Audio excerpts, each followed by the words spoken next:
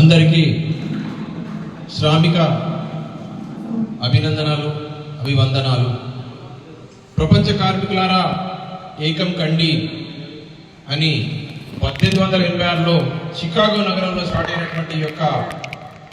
మహోద్యమం ప్రపంచవ్యాప్తంగా అన్ని ప్రాంతాలకు కూడా పాకి ఈరోజు శ్రమ అనేది ఎంత విలువైందో ఈ యొక్క 20వ శతాబ్దంలో తెలుస్తుంది ప్రతి ఒక్కరికి. ఆనాడు జరిగినటువంటి శ్రామిక దోపిడీ, పెత్తందారి వ్యవస్థ, ధనిక వర్గాలు, ఫ్యాక్టరీసు, ఇండస్ట్రీసు, ప్రపంచ దేశాలన్నింటినీ ఇటలీ, రష్యా, ఫ్రాన్స్, ఇంగ్లాండ్, అలాగే అమెరికా లాంటి అభివృద్ధి చెందిన దేశాల్లో ఆనాడు జరిగినటువంటి శ్రమ దోపిడీ అంటే ఆనాడు 18 గంటలు పనిచేస్తే కానీ ఒక వ్యక్తి జంతువులాగా మానవత్వాన్ని మరిచి వాళ్ళతో పనిచేయించుకొని ఓడల నిర్మాణం కానీ, ఫ్యాక్టరీల నిర్మాణం కానీ, బట్టల మిల్లులో కానీ,